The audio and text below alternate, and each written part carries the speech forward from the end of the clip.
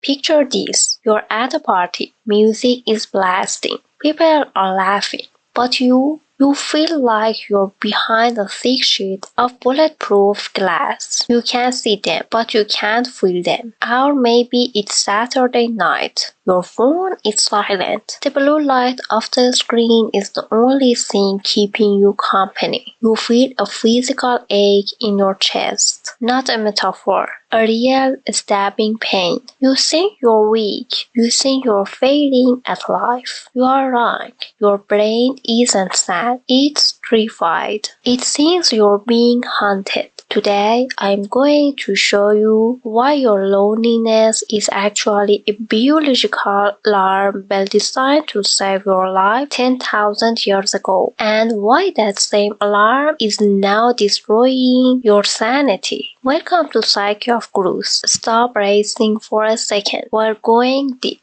Let's get one thing straight. Loneliness is not a mood, it's a biological emergency. Research by Dr. Naomi Eisenberger at UCLA changed everything we know about the human heart. She put people in an fMRI scanner and simulated social rejection. What she found was horrifying. When you feel left out, your brain activates the anterior cingulate cortex. Do you know what else activates that exact same spot? Physical pain. If someone stabs you in the arm, or if your partner stops texting you, your brain sends the exact same SOS signal. Your DNA doesn't care about your feelings. To your DNA, being alone means you are easy prey for a saber-toothed tiger. Think about it. Evolutionarily, if the tribe kicked you out, you died. You couldn't hunt alone. You couldn't sleep safely alone. So your brain developed a pain alarm to keep you connected.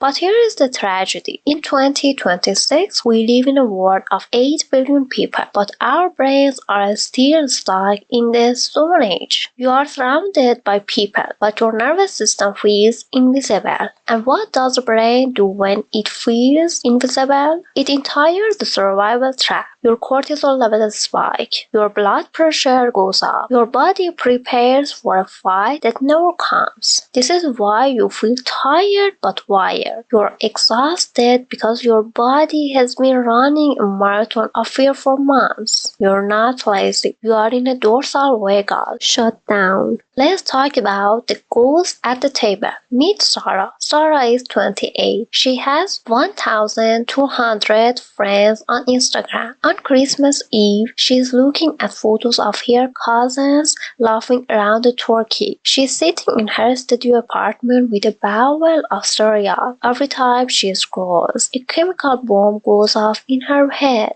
We call this the contrast trap. The brain doesn't judge its reality based on facts. It judges based on comparisons. Sarah isn't just alone. She is the only one who is alone. Also, her brain thinks. But here is the secret Sarah doesn't know. Half of those people in the photo feel just as lonely as she does. There is a difference between solitude and loneliness. Solitude is being alone and feeling full. Loneliness is being with people and feeling empty. Have you ever been in a relationship where you felt more alone than when you were single? That is the ultimate proof that loneliness isn't about the number of people around you. It's about atonement. It's about being seen. If no one sees the real you, your nervous system stays in high alert. You are a ghost in your own life. This leads us to the most painful part, the childhood blueprint. If you grew up with childhood emotional neglect, CEN, as Dr. Jason Webb describes, you learned early on that your feelings were inconvenient. You learned to hide your light. Now, as an adult, you are an expert at being miserable. You've built a fortress around your head to stay safe. But now, that same fortress is your prison. You are lonely because you are too good at surviving.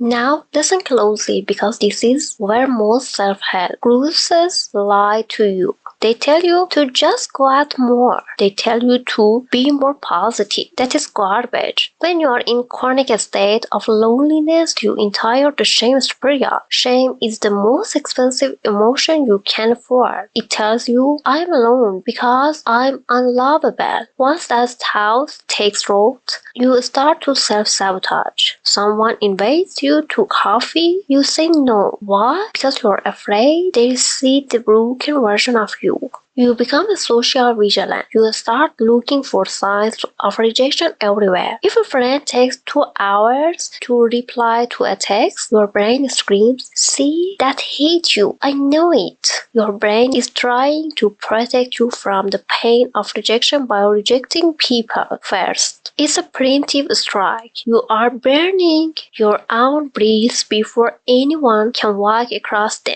How do we break it? Not with thinking. You can't think your way out of a biological state. You have to regulate your way out. Stop treating yourself like a project that needs fixing. Start treating yourself like a nervous system that needs safety. We are going to rewire your brain right now. 4 steps. No excuses. Step 1. Name the predator. When that feeling of I'm a failure hits, stop. Say out loud, that is my anterior cingulate cortex firing. It's just an alarm. Strip the power from the feeling by naming the biology. Step 2. Sensory anchoring. Loneliness lives in the future. I'll always be alone.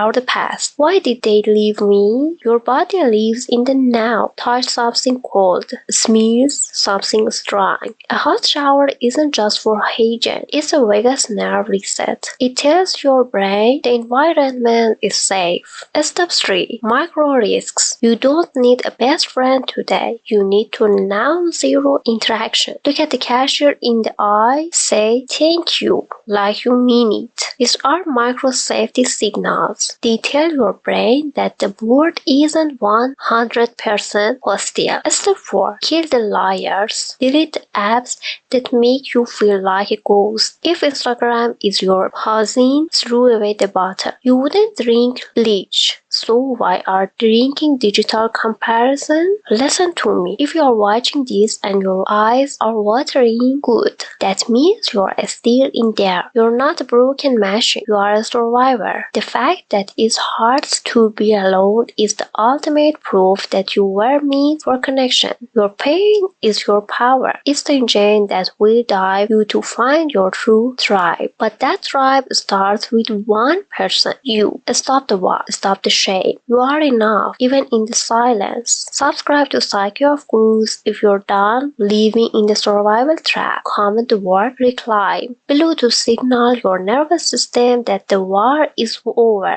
I see you, I hear you, and I'll see you in the next video.